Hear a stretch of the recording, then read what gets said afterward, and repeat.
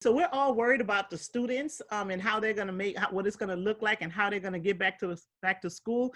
I have a few friends that are teachers that are immunocompromised, right? They have like health conditions that if they get COVID, it may not be pretty, right? So what would you recommend, or if you were on the school board and you had and the teacher was like, listen, I can't go back in this classroom, I can't go back onto this campus. What do? Do they get fired, or do you find some way to accommodate them? What happens?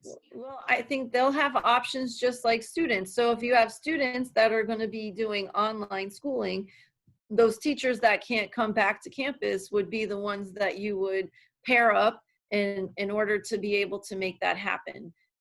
Because I mean, I would come back because I would have to, but I have a son who has a heart condition, and really not the best thing for me to be around people that might be able to pass it through me to him. So I also have that same situation. So I think just as we're giving options to parents for students, we would have to reach out and be able to do that for teachers as well. Okay.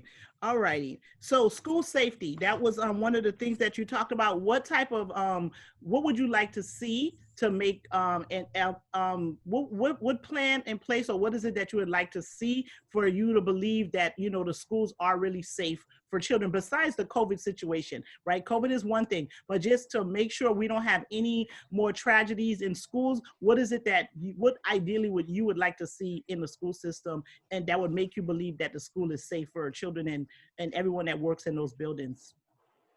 So the first thing I think we always have to look at is the perimeter, right? If we can keep the perimeter of the school safe, then we know that we're not going to have bad people coming in. And so the school system is working towards that. The single point of entry, having people that are monitoring the gates should be locked. There should only be one way to get into the school and out. And they're working towards that, not as quickly as I'd like to see them do that, but they're getting there. I also think it's really important that we implement and put into policy a true code red procedure. And right now there's a little piece of paper that says, a few things, but the secretaries don't know what they should do. The cafeteria workers don't know what they should do.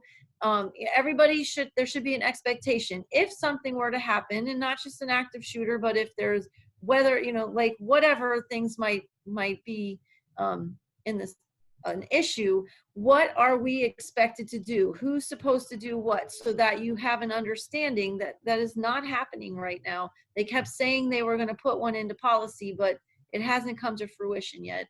I also think that besides active shooters, we have mold issues in our schools. We have, besides COVID, there's a lot of buildings that are dilapidated and that have air quality issues. And we need to make sure that we're honest about that, because we have teachers and students who are getting sick from being in places where there's mold, and someone comes in and tests and says, oh, well, there's no mold here.